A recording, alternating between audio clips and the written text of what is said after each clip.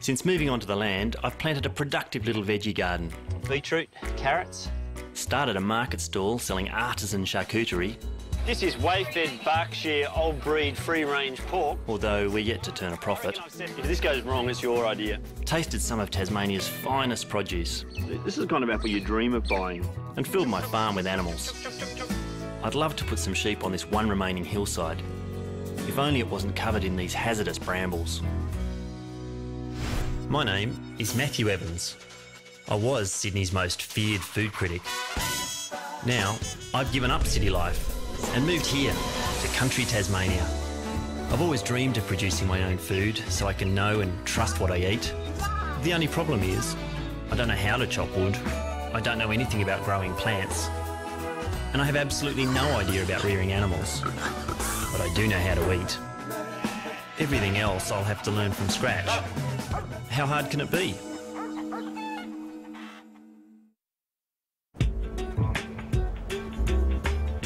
I'll need to find a hardier breed of sheep than most to handle my blackberries, and I think I have. What makes them special? What's different about this compared to just getting some merinos or... Well, for us it was mainly the fact that they shed their wool, so you don't have to worry about crutching or shearing them or anything. Yep. They're just low maintenance. Fred and his mum Anne have been breeding Wiltshire horns south of Hobart for 30 years. Fred's the local expert. So they almost look like they've got the mange, look at that. And because they shed their wool, they can pull free of brambles, which is just perfect for my farm. And I also hear that they're great eating. Oh, this one here. You have two or three, yeah. It looks like a hairdo. Look. But to my four-legged mate Carrie, they're just sheep. Hey. The instinct comes out. She can't help herself. Although it's not long before the hunter becomes the hunted. It doesn't work like that, Carrie. But you gotta love that.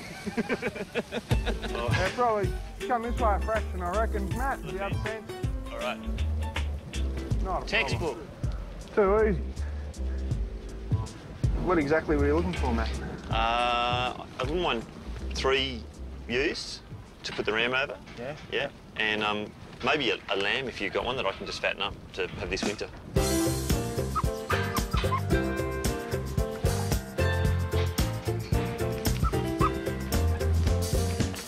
Good teeth.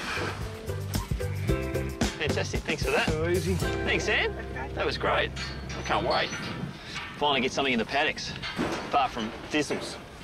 Well, that's great. I feel like a proper farmer. I've got 3 ewes and a lamb organised. Fred's also brought over a ram to get the ewes pregnant. We'll see how he goes. Sliding door, that's posh.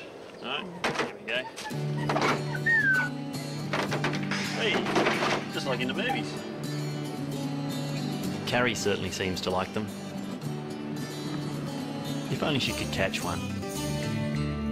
Well, there's always tomorrow. That's it, sheep. It's, I don't know, I've got about 20 animals on the farm now, which is quite amazing. I've just got the 3 ewes, the lamb to fatten up, and the ram, so could see a bit of action on the farm, a bit of loving going on down in the paddocks, which would be a nice change. It's just been weeds and thistles so far. In the few weeks since starting our market stall, we've built up some regular customers and started charging prices that better reflect our time and effort. There you are, 7.40 change. And we've even been adding new products to the range. Ross is making amazing pork pies. We've now got a cold smoked bacon. We're doing a boneless leg hammed in an old-fashioned wood smoker. Italian ragouts, all these beautiful, beautiful things. But what we're selling here is limited by what the law allows. One of the things that we've noticed is that we do a lot of beautiful things for ourselves at home, like the ham, the prosciutto that's hanging in my pickers' huts, and like this chorizo that Ross is making and hanging in his stables. And these things are just so incredible to eat and so beautiful. We'd actually like to be able to share them with our customers. But there's a whole bunch of legal reasons why we can't. You know, you need proper processing facilities, and rightly so, and you need proper cool rooms and proper ways of doing things. So a lot of the things we're actually making, we're not actually able to sell. They're just for our own consumption. So this is kind of the tip of the rare food iceberg, really. My business partner Ross is a fellow foodie, and we'd both like to find a way to show people what we're really capable of.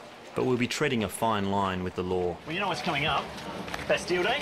So I was thinking of maybe doing a cassoulet lunch Okay, so do like a certain lunch and get people around and Yeah. like invite them or charge them to come round as like a thing? Or Yeah, we could charge them, but would we be able to do that legally, do you think?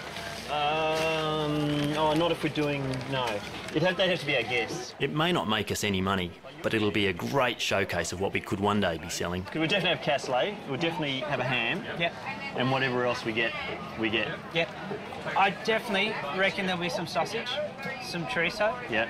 some dried sausage, and I reckon we'll be able to get some rabbits and some ducks and geese. And I reckon we should be able to get all that. Oh, can I come?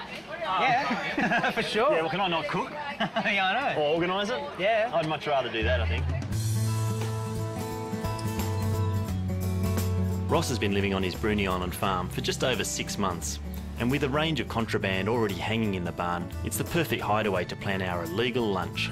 Hopefully this will be a lunch that no one can ever experience in any other way because of all the stuff we're doing. We can show people what's possible, and if we, one day get the right facilities, then we'll be able to do this commercially. But at the moment, just the joy of being able to serve our own stuff, traditional stuff to people, that's just on the fringes of what's legal. Yeah. I love the idea, just love it. Yeah, that should be fun. So we're hoping to serve Ross's prosciutto, some fresh raw milk cheese, a terrine if Ross can bag a few rabbits, smoked duck breast, and finally, a cassoulet made from my lamb and a confit of goose. I picked up some ducks and geese. I actually got them from Amber, who I work with, but Adore Zania helped me put them away. And I've got them in the barn. But before we can get our confit cooking, we'll have to get plucking. Yeah. Jesus, huge thing. Local abattoirs only take poultry from big farms, which puts small producers like us in a bit of a bind. Home-killed birds like this you can't sell.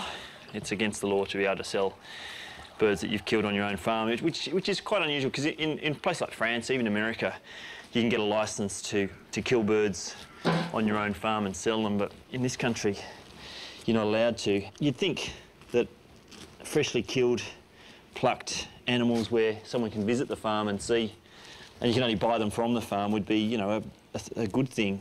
This means most small farmers only rear poultry for their own consumption, not to sell and make a living. If it wasn't so gruesome, it'd look like a pillow fight. But we can serve Ross's birds to our guests in the form of confit legs and smoked breasts.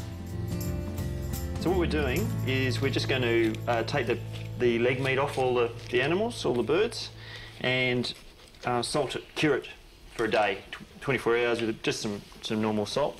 Peppercorns and thyme. If I had some bay leaves, I'd throw them in, but we don't have any bay leaves. And then tomorrow, cook it up. So it's a 24-hour cure, and it's known as confit, which in French means just preserved, like confiture means jam. Next, we'll prepare the duck and goose breasts for smoking.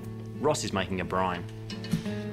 So that's peppercorns, salt, and what else are you going to put? A bit of sugar? Just a little bit of sugar. Only a little bit, just to take the edge off. We're going to take the duck and goose breast, make a little ham out of it, and then we're going to leave it for a couple of days, dry it out, and then smoke it. And I've got this little old-fashioned smoker I've never used before, and I'm dying to use it, so this is going to be a perfect use for it, I reckon, Ross.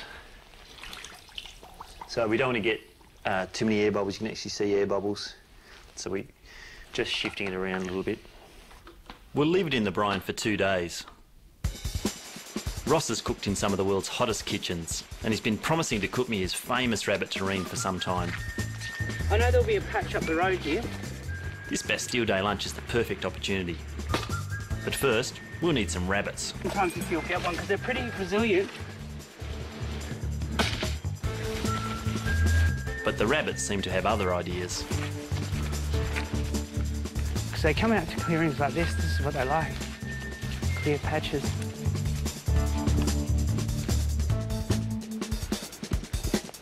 Call it quits, eh? Yeah. Round one to the rabbits. The rest just to go Maybe there won't be rabbit terrine after all. and give it a rest. Hey, you naughty girl. You know what you've done.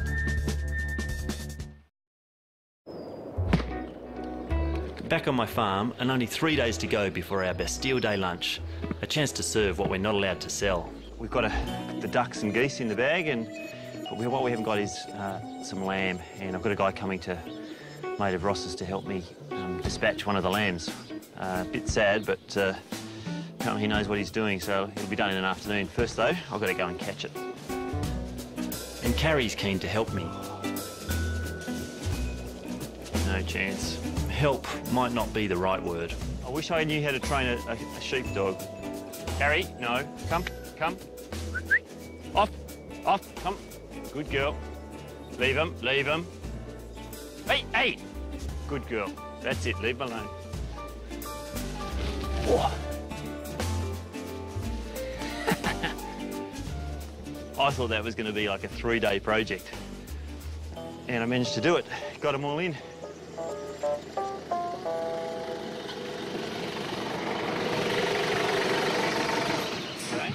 Hey, Matthew. How are you? Mark, is it? Yeah. Or Hat? Hat, they call me, yeah. Now, I was going to ask why they called you Hat, but I was suddenly... Yeah, you worked that one out. Yeah. In true country fashion, Hat's happy to help out a neighbour, but I'll invite him over for a roast later and hopefully keep the favours flowing. Well, that was a bit easy. Too easy? I've got the right one, haven't I? Yeah, that's the one. All right, well, you let the rest out now if you like. I'm really not looking forward to another animal dying. Out you go. Righto. But with Hat's quick blade to the throat, it's all over in a blink. Is that it? Very simple. You wouldn't have felt a thing. Hope you didn't have a name. No, the pigs do, but... No, I didn't decide not to name him. That's all there is to it. It was remarkably quick and clean, and 1 minute it's out here eating grass and the next it's dead, which might seem cruel, but it actually to me seems really humane, because this is where it was living, this is, you know, it was amongst its flock, and it didn't have to go to an abattoir or be put in a truck for 2 hours. You know, it's, if you got to go, you know, boom, that's probably the way I'd like to go myself. How old were you when you first did it? I've watched my grandfather do it since I was very young, I suppose. He had farms on Bruni. Yep. When I first started getting my hands dirty, I would have been 10 or 12, I suppose. Yeah. Wow. Yeah. Watch me do this one, you'll be able to do the rest of them yourself. Yeah. Yeah, I don't think so. This makes all the difference being killed like this, instead of being trucked and yarded and, yeah, all stressed out. He should be, well, good to eat now. That's amazing. And, so quick. We'll just hang him up in the shade so he can cool down. Too good. Right, all right, mate. Thank you so much for that. And, yeah, give me a next time you've got one to do. Yeah, cheers. See ya.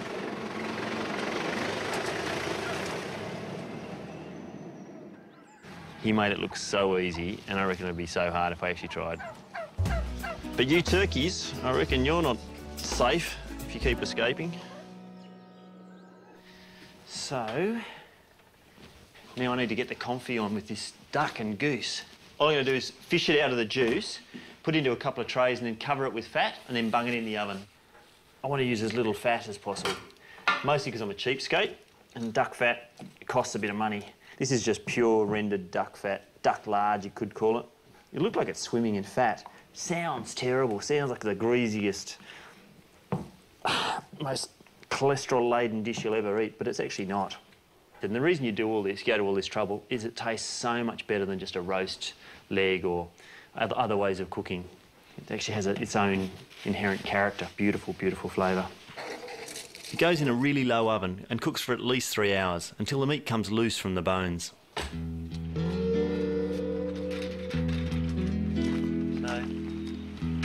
I'd really, really like to be serving some of the vegetables from my own garden at this lunch, but as you can see, something's been eating everything, pretty much everything above ground. Thing is, I actually think I know where the possum who's doing this damage now lives. So I'm going to put the relocation device a bit closer. The dog seems to know where it is. She keeps looking up into the corner. So it's just got its head poking over the top there now. Probably the one that's been eating all my veggies. They've got the cutest, most innocent face. Like butter wouldn't melt in their mouths, but I tell you what, everything I had growing except the garlic, probably that possum ate.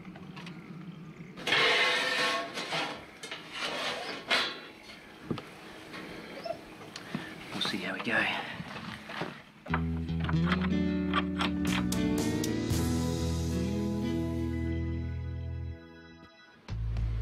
It's the day before the big lunch, and Carrie's finally got the sheep figured out. Well, sort of.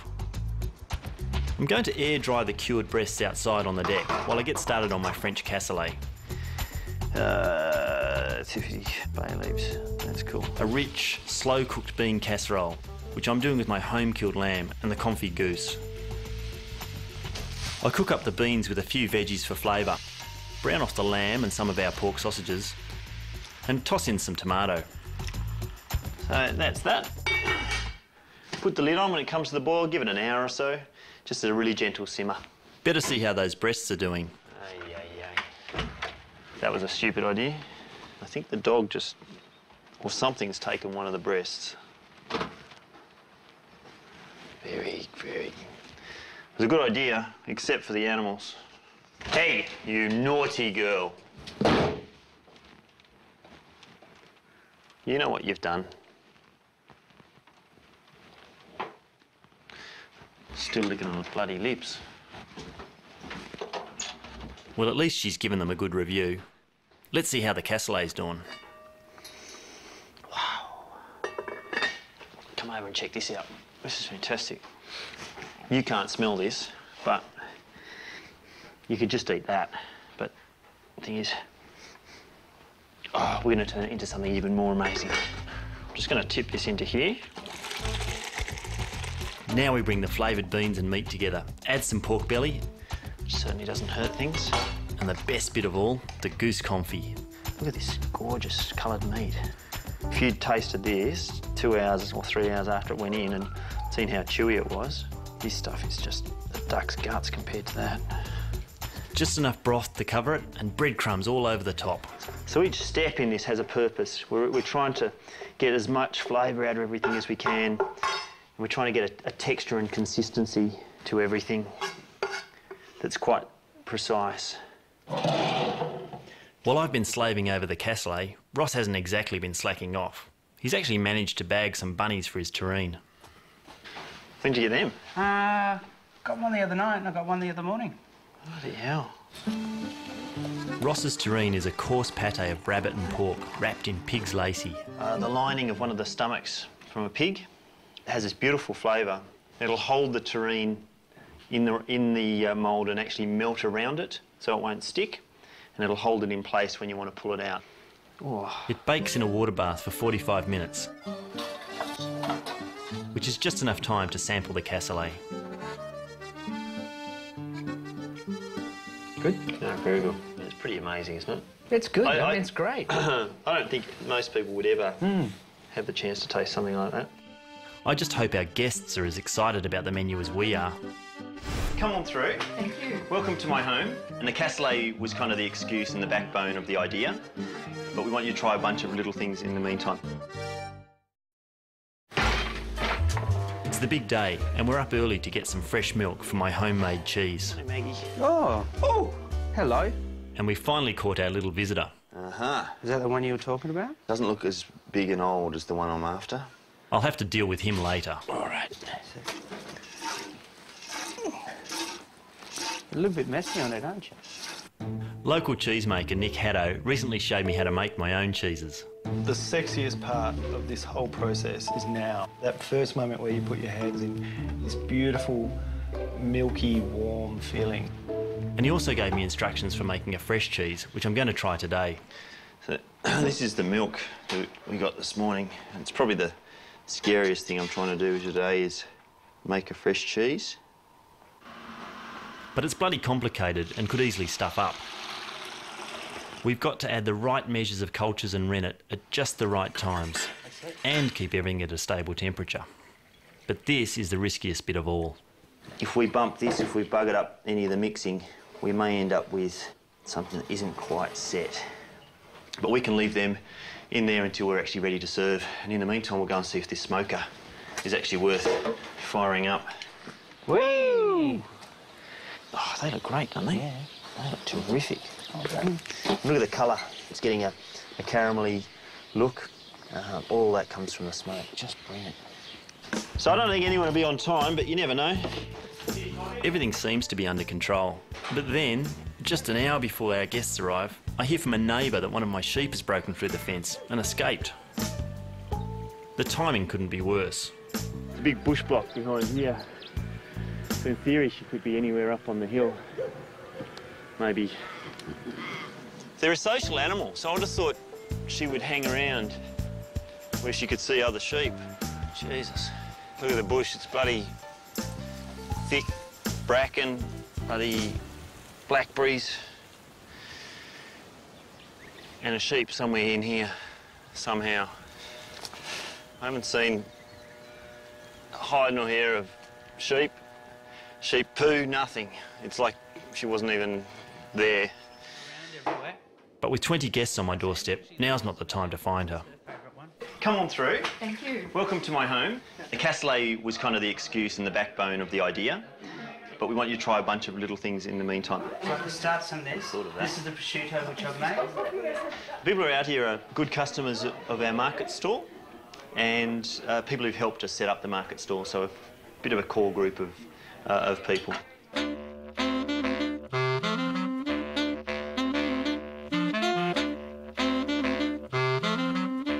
What we're doing today, and I guess it's a bit revolutionary in that we're trying to do everything illegal.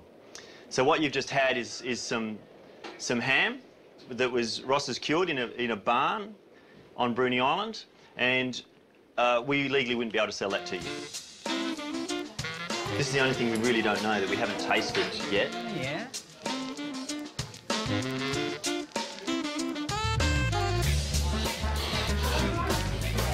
This is really good. But the real question is, what does Bruce, the electrical engineer from Hobart, think? I bought some just last month or so. But there's also... Next up, the rabbit terrine.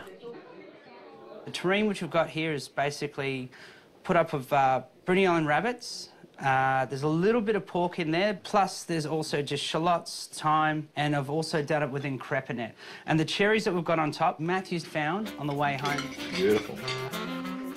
The smoked breasts are up next, but they've turned out a little tougher than we expected.